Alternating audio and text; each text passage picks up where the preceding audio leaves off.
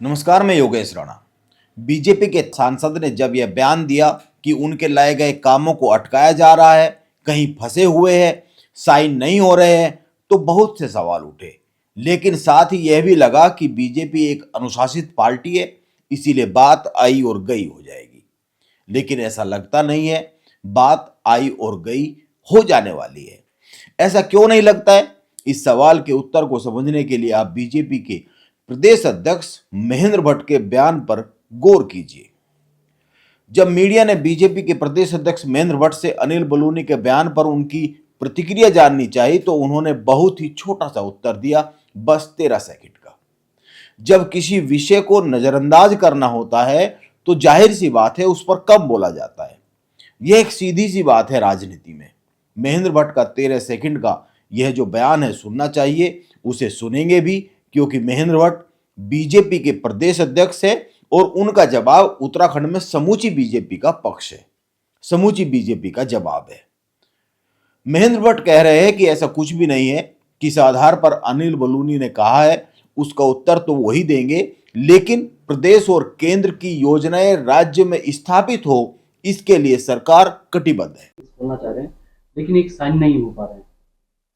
नहीं, ऐसा नहीं है। ये किस आधार पर उन्होंने कहा है उसका उत्तर वही देंगे, लेकिन प्रदेश केंद्र की योजनाएं प्रदेश में स्थापित हो उसके लिए सरकार कटिबद्ध है।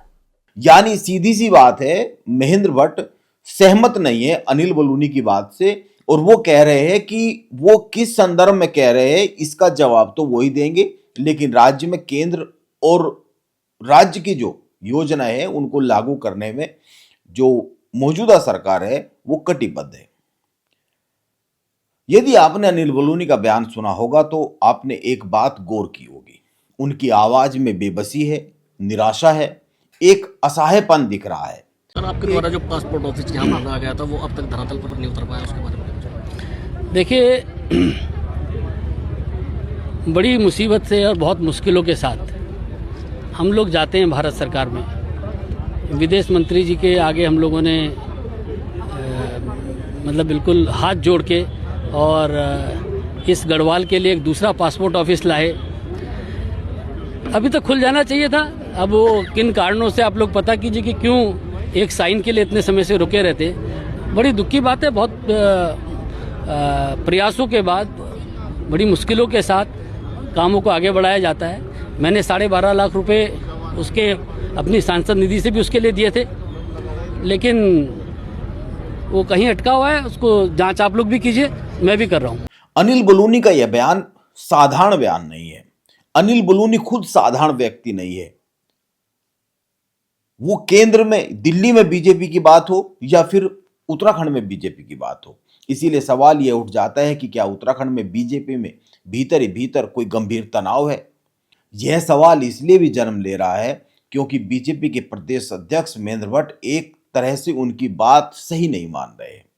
अब जब कुछ बातें अनिल बलूनी के बाद यह लग रहा है कि वो सतह पर आती हुई दिख रही है साफ साफ तौर पर, तो देखने वाली बात यह होगी कि यह सब रुक जाने वाला है या फिर आगे भी कुछ और बढ़ेगा। क्योंकि राज्य में चुनावी गतिविधियां शुरू हो चुकी है।